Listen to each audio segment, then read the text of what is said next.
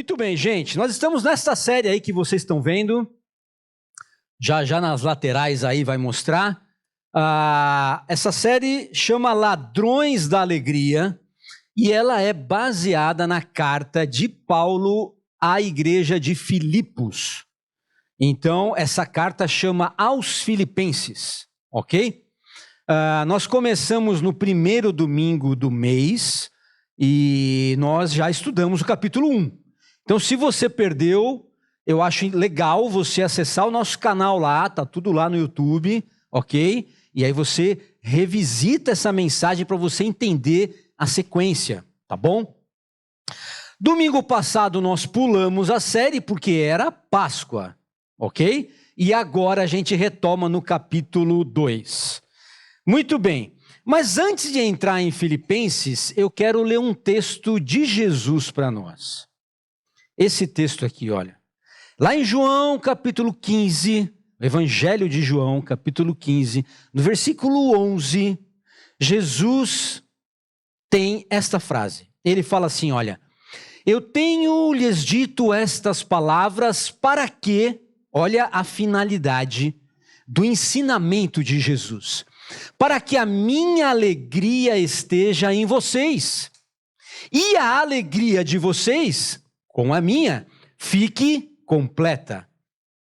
Então, isso é muito mais do que uma palavra dita por Jesus, mas é uma promessa. Porque nós cremos que aquilo que Jesus diz é verdade. Senão nós não seríamos cristãos, ok? Nós teríamos que ter outra linha de pensamento. Então, os cristãos acreditam nas palavras de Jesus como verdade. E quando ele diz, eu tenho ensinado vocês, eu tenho andado com vocês, eu tenho compartilhado as palavras com vocês, para que vocês sejam felizes, para que vocês tenham alegria. E essa alegria que eu vou dar a vocês, ela é minha, e quando vocês a tiverem, vocês ficarão completos. Aliás, esse é um dos sinônimos de felicidade, né? É quando você é totalmente completo, satisfeito, né? Você é totalmente contente com aquilo que você é e que você tem, ok? Eu sei que essas palavras hoje, às vezes, tem uma discussão moderna para que se entenda alegria diferente de felicidade. Então, se você fizer uma pesquisa no Google aí, alguns vão dizer, a alegria é isso, felicidade é aquilo. Mas essa é uma discussão recente. Lá no Novo Testamento, lá nas Escrituras, isso não existe. As palavras alegria, felicidade, bem-aventurança são sinônimos, ok?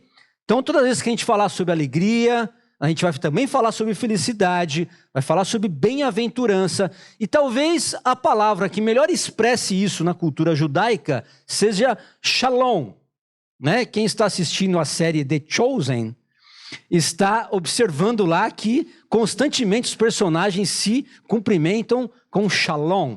E shalom, ele vai exatamente expressar o desejo ao outro que ele seja bem-sucedido, que tudo vá bem na sua vida, que ele seja próspero, que ele tenha paz, que ele esteja em harmonia, ok? Muito bem, dito isto, entendendo os conceitos, nós vamos agora ver um pouquinho o que alguns filósofos falam sobre filosofia, sobre felicidade. Por quê? Porque esse tema sempre foi muito importante para a humanidade, né? Durante séculos e séculos, os grandes pensadores pensaram sobre isso, debateram esse tema, porque esse é um grande anseio da humanidade. Todo mundo quer ser feliz, ou não? Se eu fizer uma pergunta aqui, não, eu não quero ser feliz, eu quero ser triste, eu quero ser depressivo, Não, ninguém quer, ok? Então, esse sempre foi um tema importante para a humanidade. O Tales de Mileto, um dos primeiros grandes pensadores gregos, né? Antes ainda da Grécia clássica, né? Aqui é chamado da escola antiga da filosofia grega. Ele vai dizer, olha só o pensamento deles naquela época, 7 séculos antes de Cristo. Então, nós estamos falando de mais de 3.500 anos atrás, ok? Então, feliz é aquele, diz Tales, que tem o corpo são e forte, ok? Cara, né? Boa sorte e alma bem formada. Então, o pensamento dessa época, refletido por Tales, é que felicidade estava contemplada aí nessa beleza e nessa força física. Aliás, a cultura grega, ela sempre exaltou isso, né? De lá que começam as Olimpíadas, os Jogos, né? E tudo isso. Boa sorte, porque você precisa ter, né? Essa influência aí. Tinha esse lado místico, né? Eles acreditavam que cada um nascia com um espírito dentro de si. Então, se esse espírito fosse bom, você seria feliz. Se esse espírito fosse mau, você deu azar. Então, você seria um cara meio depressivo. Então, era o entendimento da época. Então, você precisa ter boa sorte de nascer com um cara, com o cara ali que vai te levantar. Muito bem, 2 séculos depois, o grande Sócrates, aí já na filosofia clássica, ele vai trazer alguns elementos novos para a discussão. Ele vai falar assim, não, felicidade era o bem da alma que só podia ser atingido por meio de uma conduta virtuosa e justa. Então ele desfoca um pouquinho dessa questão de corpo, de beleza, tal, de estética, e ele vai falar sobre as virtudes e sobre a justiça. É por isso que tanto ele quanto Platão vão trabalhar muito na questão da ética pública. E eles vão dizer que uma sociedade feliz é aquela onde as pessoas conseguem ter um bom ambiente de virtudes e de justiça, ok? Pulando agora para o século XX, comecinho do século XX, o inglês Bertrand Russell, ele já vai falar um pouquinho diferente. Ele vai falar a felicidade, ela está na complexidade das relações humanas. E por isso nós precisamos eliminar o nosso individualismo e o nosso egocentrismo, para que a gente se abra para essas relações que vai gerar então em nós essa felicidade. Muito bem, o que esses 3 pensadores têm em comum? Eles têm o pensamento humano sobre eles. Qual é o pensamento humano? Que toda a solução para os problemas da humanidade está no próprio homem. Esse é um grande problema para nós. Por quê? Porque a nossa formação ela é cristã. E o cristianismo vai dizer que a solução para a humanidade não está no próprio homem, porque o homem é incapaz de gerar solução para si mesmo. Ele está num ambiente corrompido, ele está doente, ele está, e nós chamamos isso de pecado, que nós herdamos lá de Adão e Eva, e é por isso que a humanidade está totalmente confusa. Em muitas guerras, em muitas situações de desigualdade social, não é? Não faltam recursos para a terra. O que falta é uma distribuição justa desses recursos, percebe? Então é por isso que existem pobres e muito ricos. Então tudo isso é fruto do pecado. As pessoas se afastaram de Deus. E elas tentam viver ou buscar uma solução em si próprios, mas não conseguem. Não existe. Então é por isso que esta fala de Jesus, ela vai totalmente ao contrário do que a humanidade pensa de felicidade. Porque para Jesus, não é a minha força física, a minha beleza ou a minha estética que vai me dar alegria. Para Jesus não é ter boa sorte que vai me fazer ser bem-sucedido. Para Jesus não é eu ter virtudes sociais ou ter uma habilidade nas relações interpessoais. Não. Para Jesus, a felicidade vem dele. Simples assim, gente. O homem complica muito as coisas, mas o cristianismo, ele é simples, profundo e direto. O cristianismo diz o seguinte: nós, todos os homens, só serão felizes plenamente, completamente, quando nós buscarmos esta alegria na fonte verdadeira da vida. E a fonte da vida é Jesus. E é só Ele que tem a alegria que satisfaz plenamente o coração do homem. Ok? Então, dito isto, fizemos uma introdução para entrarmos agora na carta de Filipenses. E antes de entrar no capítulo 2, eu quero citar aqui o capítulo 1, 27. Por quê? Porque esta linha de raciocínio é a que Paulo usa para esse texto. E ele diz assim, olha, o mais importante na vida, o mais importante, aliás, isso talvez seja até um resumo do propósito da carta, o mais importante que eu penso é que vocês vivam em sua comunidade de maneira digna das boas novas de Cristo. Então nós acabamos de ver lá que as palavras de Jesus nos dão alegria plena. E as palavras de Jesus também são conhecidas como boas novas. Ou seja, é o evangelho que nós temos na Bíblia, na palavra, a verdade revelada do Senhor, isso é chamado de boas novas. É uma boa notícia para a humanidade. Então essas palavras, Paulo faz esse link. E ele fala, olha, é importante que vocês vivam de maneira digna, porque vocês têm as boas novas de Cristo. Então, olha aqui, olha o resultado. Quando eu for vê-los novamente, ele estava distante do pessoal, por isso que ele escreveu a carta. Ou mesmo quando ouvir a seu respeito, saberei que estão firmes e unidos. Olha só, viver uma vida digna das boas novas de Cristo gera unidade entre as pessoas. Unidos.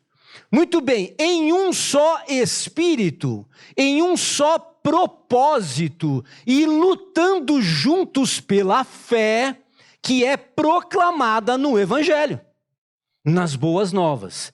Então, este daqui é o grande propósito do cristianismo. Nós vivermos de maneira digna, conforme o Evangelho nos ensina, refletindo isso nas nossas relações com os nossos irmãos. Faz sentido para vocês, gente, até aqui? Ok? Estamos caminhando juntos? Muito bem. Então, agora nós vamos entrar no capítulo 2, e nós vamos ler ele quase que inteiro, então eu peço que vocês abram aí. Eu coloquei aqui também vários textos, mas não todos, e eu estou usando a tradução da NVT, é a nova versão transformadora, tá bom? Talvez uma palavra ou outra mude da sua, mas o sentido não muda. Então, quando a gente entra no capítulo 2, versículo 1, Paulo vai dizer o seguinte, ele vai começar a destrinchar agora o que é essa maneira digna de viver do Evangelho. Então, no versículo 1, ele vai falar assim, bom, comece considerando o seu próprio interior. Então, ele usa 4 perguntas retóricas aqui. Olha, qual é a motivação de você estar em Cristo? A motivação de você estar em Cristo e qual é? Então, são perguntas que nos fazem refletir. Então, qual é a motivação que eu tenho de caminhar com Jesus? Podem ter muitas motivações diferentes aqui. Cada um tem que analisar a sua. Bom, e a sua consolação? Quando você passa por situações difíceis, o que é que te consola? Aonde você busca conforto? Aonde?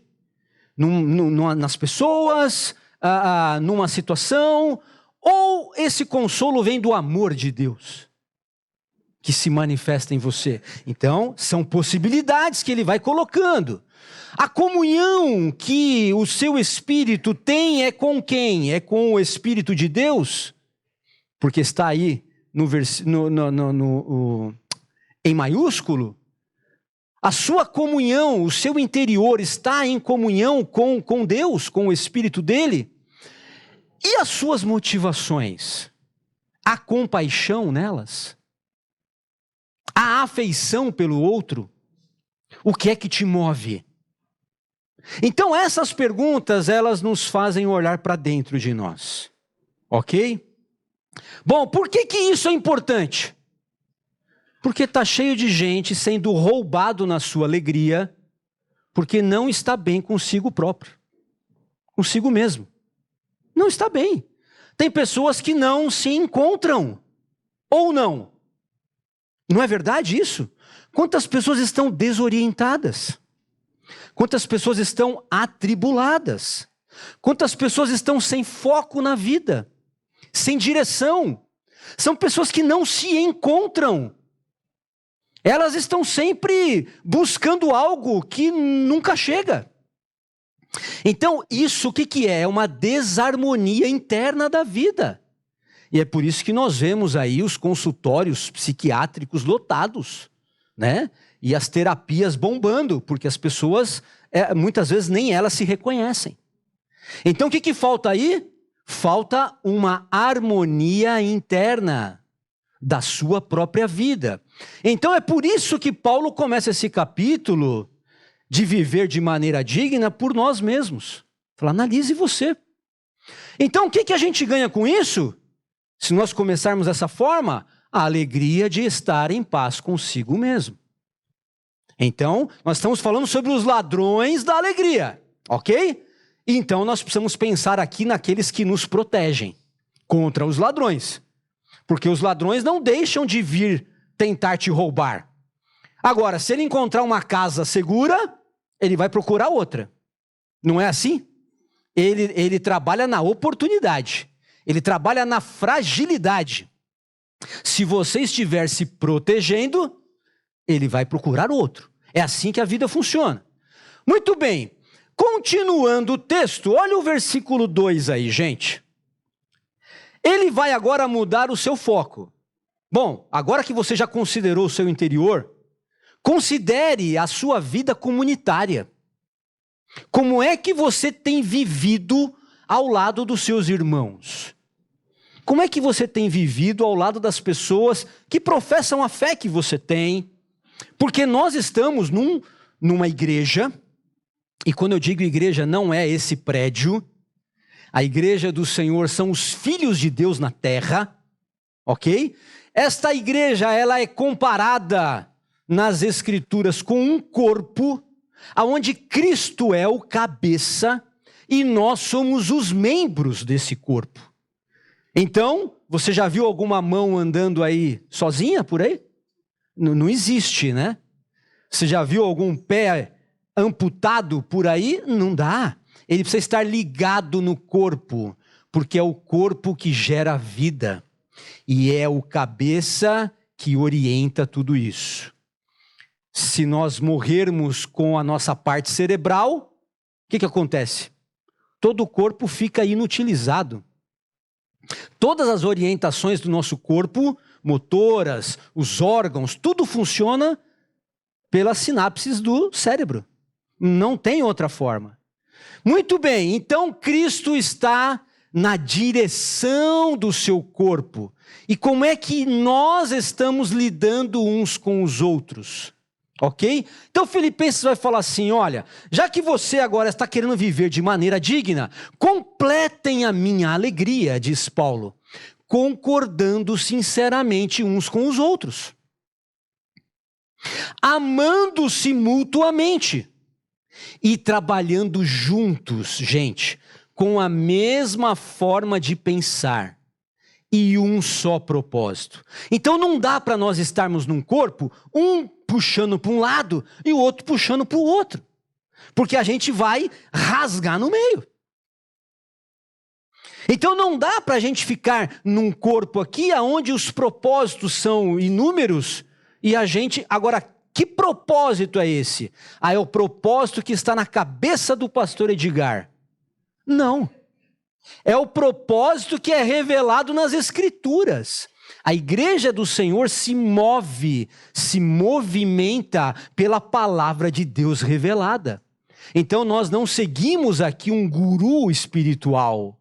Nós não temos aqui um grande líder que organiza toda a nossa vida. Não, nós temos a palavra de Cristo revelada na Bíblia que orienta as nossas relações. E o texto continua, gente. Olha o versículo 3 e o 4. Nessas relações, diz Paulo, não sejam egoístas. Mas como é difícil não ser egoísta, gente. Porque desde criança a gente não quer compartilhar o brinquedo. Desde criança a gente quer comer mais danoninho do que o outro.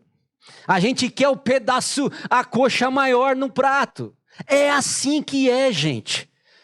É impressionante. E tem gente que acha que criança não tem pecado. A gente nasce com esse desejo de querer passar o outro para trás. Essa que é a verdade. Então, quando Paulo diz assim, mas vocês não podem ser egoístas, ele está querendo que a gente lute contra a nossa própria natureza. Porque a nossa natureza é egoísta. Eu não quero deixar as pessoas entrarem na minha frente lá no trânsito toda hora, porque eu vou chegar atrasado. Você entendeu? Eu não quero que as pessoas sejam promovidas no meu lugar na empresa. Sou eu que tenho que ser promovido. Que história é essa? Eu tenho que pensar primeiro em mim. Primeiro os leites da criança lá de casa. Os outros que corram atrás da vida deles. Não é assim que a gente pensa? Se tiver que chorar alguém, que chore a mãe do outro, não a minha. Então, esses são os ditados que a gente cresce desde criança, gente. A ser competitivo, e se puder tirar do outro para você ter mais, você pega.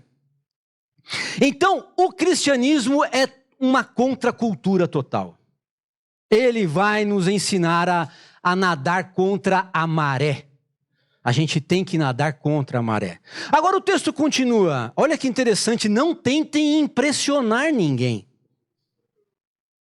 Mas, gente, nós vivemos numa cultura que visa impressionar os outros. As redes sociais estão aí para isso. Ou não? Para que você tira um monte de selfie?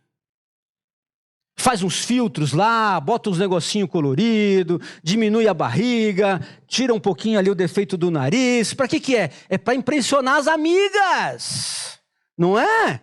É isso. Por que você tira a foto lá sempre quando você está viajando num restaurante, aquele prato bonito, aquela sobremesa, tal? É para impressionar os outros, falar que você está por cima da carne seca. Não é verdade? Tem umas montagens da internet aí que a gente até dá risada. O cara está numa piscina, né? Falando que está com a borda infinita no mar atrás, né? Mas você vai ver aquelas piscinas que você monta esqueci o nome. Essas aí que você põe no quintal. Você entendeu? Então, o que é isso, gente? É a cultura de impressionar o outro, porque eu preciso mostrar que eu estou bem. Agora, Paulo vai dizer, não, você não precisa impressionar ninguém. Sabe por quê? Porque a sua autoestima e a sua identidade não está no elogio do outro. A sua identidade está firmada em ser filho amado de Jesus Cristo. E você não precisa da aprovação dos outros para te fazer feliz. Isso é um grande laço, é uma grande cilada. Sabe por quê? Porque a gente nunca vai conseguir agradar todo mundo. E a gente vive sempre mendigando o elogio do outro dia. Sempre eu quero ter um like a mais na minha postagem. Sempre eu quero que as pessoas compartilhem o que eu coloco. E as pessoas nos cobram isso, gente. Eu não tenho redes sociais, eu só uso o WhatsApp. E mesmo assim, de vez em quando tem um lá. Mas você não falou nada aí, eu coloquei um negócio no grupo. Falou, gente, que é isso? Percebe a cobrança que está em cima de tudo isso? Mas vamos voltar para o texto. Sejam humildes. E considerem os outros mais importantes que vocês. Não procurem apenas os próprios interesses, mas preocupem-se também com os interesses alheios. Gente, como é difícil se preocupar com o interesse do outro. Porque eu só estou sempre olhando para o meu umbigo. E eu trabalho para conquistar o meu império. E eu quero que a minha família evolua. E que as outras, enfim, cada um que se vire. A gente fala, né? Como é que é aquele ditado? Deus... Como é que é? Cada um por si, Deus por todos? Eu acho que era mais ou menos isso, gente. Agora, pessoal, aqui o cristianismo está nos chamando, gente, para nós vivermos uma vida comunitária. Para nós vivermos uma vida de olhar para o nosso irmão. Então, quando nós estamos aqui nesse grande grupo de domingo, é para que a gente se abra para as relações. A gente não vem aqui apenas consumir um conteúdo. A gente vem aqui olhar no olho do nosso irmão e falar: meu querido, como é que foi a sua semana? Você vai precisar de alguma coisa durante os próximos dias? Eu vou fazer uma cirurgia, então eu vou orar por você. Você precisa de carona? Como é que você vai embora? Sabe essa preocupação, gente? Quando a gente vai para os nossos pequenos grupos, é isso que tem que acontecer ali. Eu não posso ir para o meu pequeno grupo só para cumprir uma tabela, eu estou ali para criar relacionamentos. Então, Deus espera que a gente esteja aberto para o nosso próximo, colaborando.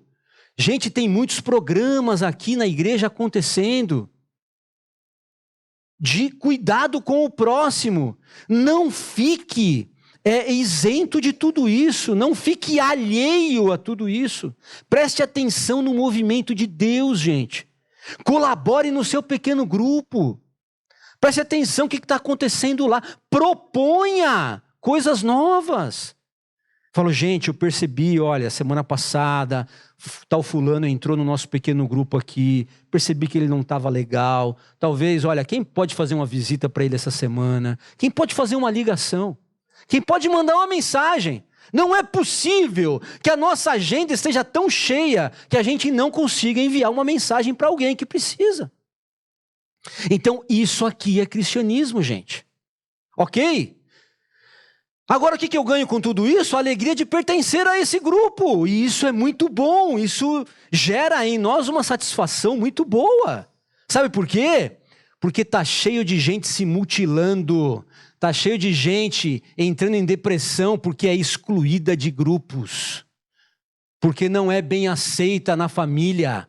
Porque ninguém gosta dela no trabalho. Porque os amigos não chamaram para a festa. E são todos ladrões da alegria. Mas quando nós estamos aqui vivendo a vida da comunidade dos filhos de Deus, isso gera em nós alegria. Muito bem, o terceiro ponto que ele vai dizer é a partir do versículo 5. Ele vai falar, gente, eu estou contando essa história para vocês, mas eu não tirei da minha cabeça. Paulo está falando. Porque nós temos uma referência, nós temos um modelo. Jesus fez tudo isso já. E nós só precisamos copiar o mestre. Então, olha esse texto aqui. Ele fala assim, gente, tenham a mesma atitude demonstrada por Cristo Jesus. Ele é o nosso modelo. Embora sendo Deus, não considerou que ser igual a Deus fosse algo a que devesse se apegar. Jesus não estava pego no trono. Jesus não estava apegado à glória, ao poder. Não. Sabe por quê? Porque era necessário que uma alma inocente morresse para que todos os pecadores fossem libertos e salvos do poder do pecado.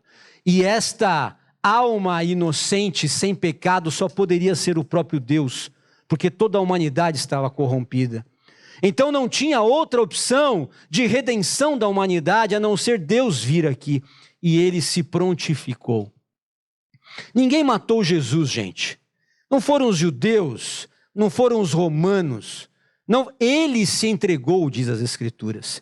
Ele se entregou por amor a nós. Mas antes ele veio aqui pobre, gente. Ele nasceu numa família simples. Ele foi trabalhar na carpintaria com seu pai. Ele foi viver a miséria da humanidade. Ele fugiu para o Egito, ele foi refugiado, ele voltou. Ele foi traído pelo seu povo, ele foi chicoteado, ele foi morto, ele foi vendido pelos amigos. Ele foi traído com um beijo. Ele sabia de tudo isso porque ele precisava mostrar para a humanidade o que é um amor desinteressado. Um amor que nos liberta dessa forma egoísta de viver. Então o texto diz assim, Em vez disso, ele esvaziou a si mesmo, assumiu a posição de escravo e nasceu como um ser humano. Gente, ele é Deus. E num outro dia ele era um bebê nas mãos de Maria. Dá para pensar nisso? É impressionante. E aí o texto diz assim: quando ele veio em forma humana, ele humilhou-se e foi obediente até a morte. Ele cumpriu todo o processo. E morte de cruz. Gente, a cruz era uma vergonha tão grande que nenhum cidadão romano poderia ser condenado a morrer crucificado. Apenas os estrangeiros dos povos dominados poderiam ser mortos na cruz. Olha só o que o texto diz: por isso então, Deus o elevou ao lugar de mais alta honra e lhe deu o nome que está acima de todos os nomes, para que ao nome de Jesus todo joelho se dobre, nos céus, na terra, debaixo da terra, e toda língua declare que Jesus Cristo é o Senhor, para a glória de Deus o Pai. Esse cenário ainda não está completo. Muitas pessoas ainda zombam de Jesus, muitas pessoas não o reconhecem como Senhor, mas chegará o dia em que todos, em todo o mundo, terá que se render diante deste que venceu a morte, que venceu o pecado e que nos deu vida eterna. Amém? Muito bem, então nós temos um modelo, nós temos um referencial, nós não estamos perdidos na história. Nós temos alguém para seguir, gente. E Jesus é o nosso grande modelo. Ele tinha todo o poder, ele poderia chegar aqui, gente, pintar e bordar. Você imagina? Jesus poderia manifestar o evangelho dele com grande poder, aonde ele quisesse. Ele poderia envergonhar todos os seus oponentes, mas ele preferiu ser humilde. Ele preferiu ser compassivo, ele preferiu ser misericordioso, ele preferiu perdoar os seus algozes, ele preferiu... Gente, é maravilhoso contemplar esse Deus. Então, quando eu caminho com esse Jesus, eu tenho a alegria de parecer com o meu mestre. Nós viemos de uma série de discipulado aqui, e o grande objetivo do discípulo é parecer com o seu mestre. Eu caminho com ele, eu vivo com ele, eu ando com ele, eu ouço o que ele fala, eu tento replicar tudo o que ele faz, porque o meu grande objetivo é parecer com o meu mestre. Será que o nosso objetivo de vida é parecer com Jesus?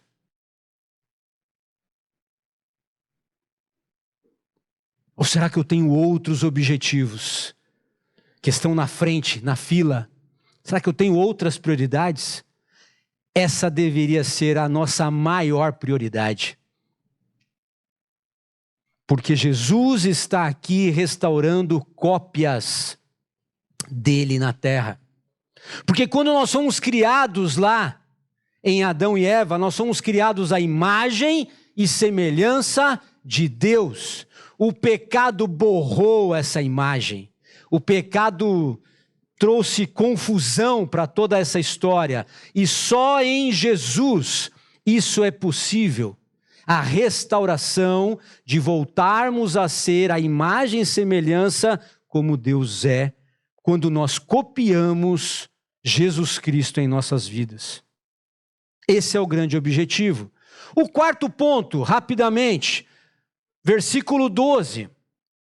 Agora, depois de olharmos para nós, de olharmos para a nossa comunidade, de olharmos para Jesus, que é o nosso modelo, Paulo vai dizer assim: agora, a maneira digna de viver o evangelho é impactando a sua geração. Olha esse versículo 12. Quando eu estava aí, meus amados, vocês sempre seguiam minhas instruções, diz Paulo. Agora que eu estou longe, é ainda mais importante que o façam.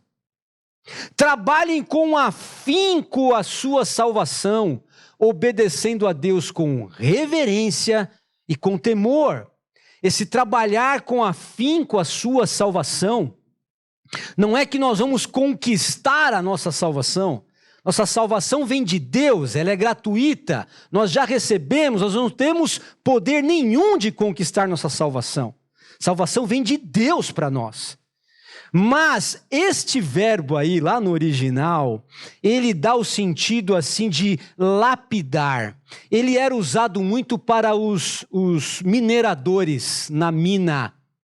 Então, é como se você tivesse recebido uma pepita de ouro valiosa, que é a nossa salvação. Você não tem dinheiro para pagar. Alguém te deu. Deus nos deu a salvação. Mas ali, ele espera que você vá lapidando. Esse processo de lapidação da nossa vida e da nossa relação com Deus e com os homens é chamado de santificação. Um dia após o outro, expressando o caráter de Cristo em nossas vidas. Então é algo que nós precisamos zelar, nós precisamos cuidar, nós precisamos ter, muito cuidado com esse processo. Não é porque a gente recebeu de graça que a gente vai deixar de qualquer jeito. Não. Então esse texto ele continua assim, olha. Pois Deus é quem está agindo em vocês, dando-lhes o desejo e o poder de realizarem aquilo que é do agrado dele. Gente, essa frase é importantíssima. Sabe por quê? Porque eu tenho certeza que muitas pessoas aqui estão ouvindo essa mensagem pensando assim: isso é impossível de fazer. Eu não consigo parecer com Jesus. Eu não consigo amar as pessoas desinteressadamente. Eu não consigo deixar de ser egoísta. Eu não consigo viver essa vida comunitária como Jesus quer que eu viva. E eu vou te dizer, meu querido, nem você consegue, nem eu. Nós não conseguimos mesmo. É por isso que Paulo, sabendo da nossa incapacidade, das nossas limitações, ele nos alerta aqui que o desejo de realizar a vontade de Deus vem de Deus para nós. O nosso coração sozinho não desperta esse desejo, mas é o Senhor que muitas vezes... Você já parou para pensar algumas vezes assim, gente? Você está ouvindo uma notícia, você fica sabendo de alguma situação e parece que vem um desejo de você ajudar aquela pessoa, ou de você orar por pessoas que você nem conhece. Sabe, esses pais da escola que sofreu aí o atentado, quantos aqui tenho certeza que oraram por essas pessoas que a gente nem conhece? Quem colocou esse desejo no nosso coração? Foi Deus. Quem coloca o desejo de nós ajudarmos o Osmundo lá do outro lado do mundo?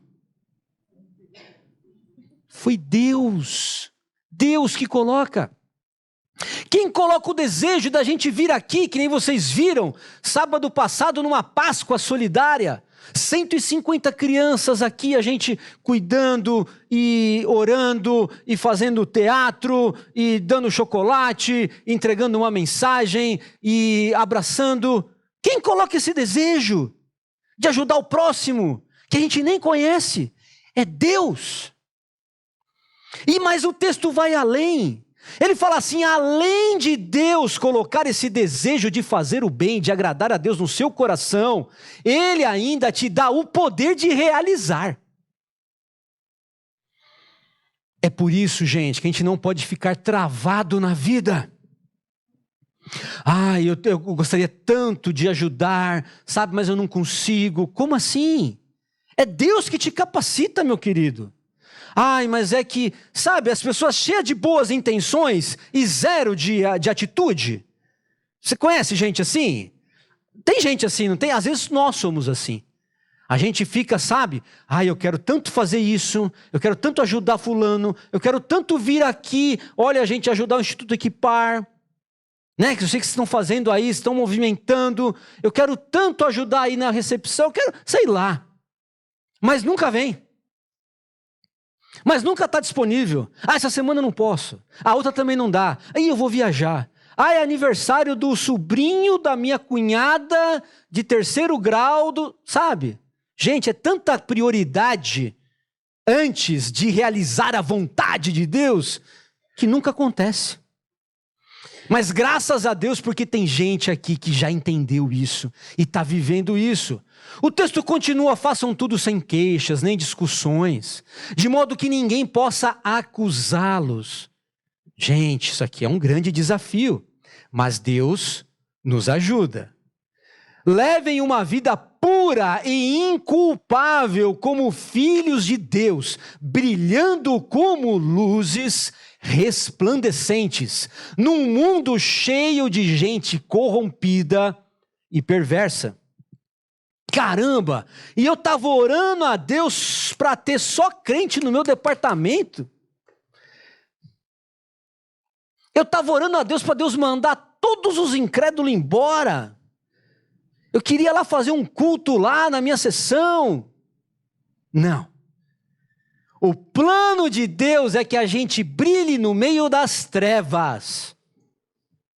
É que a gente seja, sabe, uma palavra amiga num ambiente conturbado.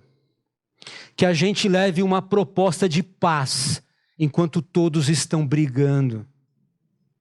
Que a gente acalme os ânimos. Que a gente semeie o perdão quando houver traições.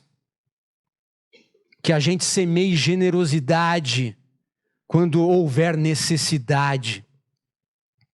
Então o plano de Deus é que a gente não viva uma vida de um cristianismo dentro da igreja apenas com os irmãos. Porque aqui a gente não precisa brilhar, aqui a luz de Cristo já está forte, gente. É necessário que a gente brilhe no meio dessa geração corrompida e perversa. E será que tem gente precisando do amor de Deus? Será? Do seu lado, no seu dia, no seu trabalho, na sua faculdade, na sua rua, na sua vizinhança, dentro da sua casa. Eu tenho certeza que tem gente precisando do amor de Deus. Muito bem, apeguem-se firmemente à mensagem da vida. Então no dia em que Cristo voltar, me orgulharei de saber que não participei da corrida em vão e que não trabalhei inutilmente. Contudo, me alegrarei mesmo se perder a vida. Paulo estava preso, gente, e ele perdeu a vida pouco tempo depois. Mas nada roubava a alegria de Paulo, ainda que fosse a morte. Por quê? Porque ele sabia que a sua alegria e felicidade estava em Cristo. E a morte não nos separa de Cristo. Pelo contrário. Paulo fala isso lá em Romanos. Nada nos separa do amor de Deus. Então, olha só. Finalzinho, quero que todos vocês participem desta alegria. Sim, alegrem-se e eu me alegrarei com vocês. Muito bem, a alegria de impactar a nossa geração. Gente, isso é tremendo. Para acabar, o último ponto. Considere o seu propósito de vida. Eu já olhei para dentro de mim, eu já olhei para a minha vida comunitária, eu já olhei para o modelo que é Cristo, eu já olhei para o impacto que eu tenho na sociedade, mas cada um aqui tem um propósito na vida. E Paulo é interessante porque ele vai acabar o capítulo 2 falando sobre Timóteo e Epafrodito, 2 discípulos que ele formou, e esse era o grande propósito da vida de Paulo. Formar discípulos que iriam dar sequência naquilo que ele começou. Ele fundou muitas igrejas. Mas imagina se ele não tivesse formado gente capaz, idônea, responsável, amorosa, para continuar o trabalho dele. As igrejas morreriam. Sem uma liderança como a dele, dando sequência após sua morte, o que aconteceria com o rebanho? Seria devorado. Então Paulo foi intencional investindo na vida dos outros. Olha esse texto. Eu não tenho ninguém, gente, que se preocupe sinceramente com o bem-estar de vocês como Timóteo. Todos os outros se preocupam apenas consigo mesmos. e não com o que é importante para Jesus Cristo. Mas vocês sabem que Timóteo provou o seu valor como um filho junto ao pai. Olha que carinho. Ele tem servido ao meu lado na proclamação das boas novas. Será que nós vamos encontrar Timóteos aqui, gente? Será que nós vamos encontrar Epafroditos aqui? Será que nós vamos encontrar gente disposta a viver esse evangelho com a prontidão e alegria que Paulo viveu? Como é que nós vamos dar sequência a esse movimento do amor de Deus? Como é que nós estamos formando os nossos filhos, os nossos jovens, que darão sequência quando nós formos?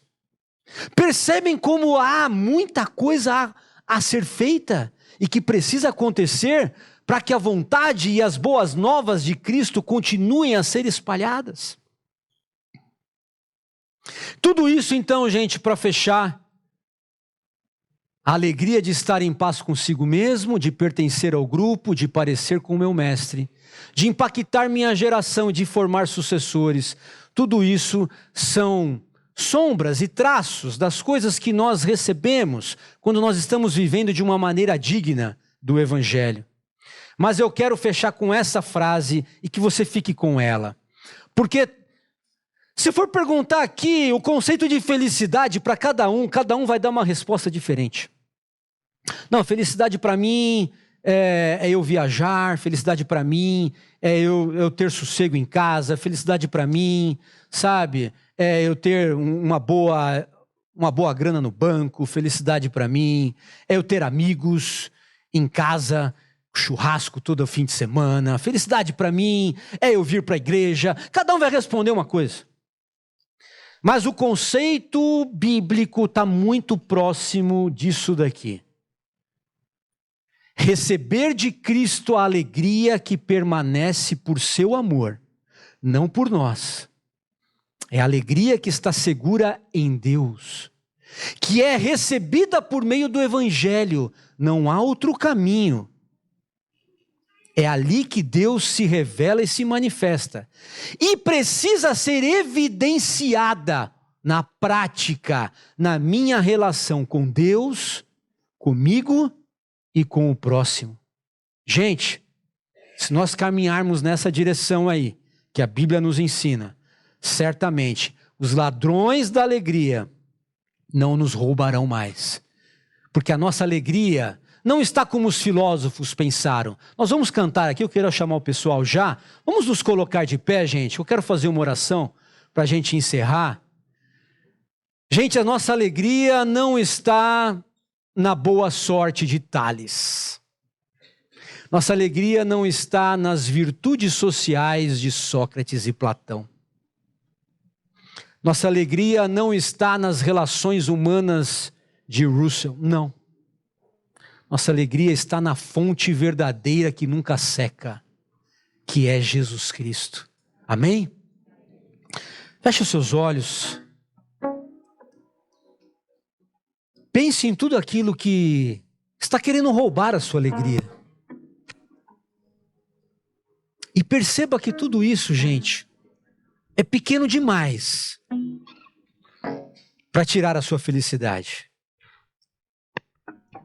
Ainda que você esteja passando momentos terríveis na vida, desemprego, doença na família, dificuldade financeira, rejeição, tudo isso é difícil, mas nada disso rouba a alegria que está em Cristo Jesus.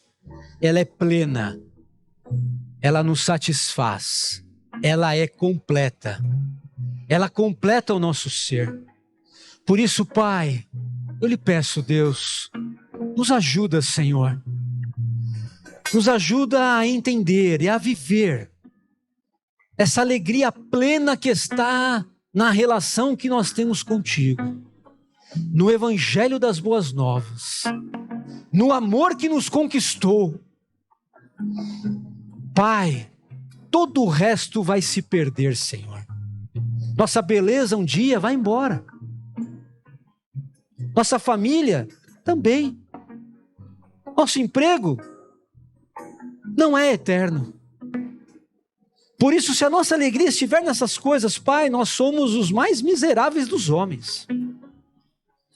Mas, Senhor, quando nós estamos plenamente satisfeitos em caminhar contigo, ser teu filho amado e andar na tua direção, Senhor, nada pode acabar com a alegria do nosso ser.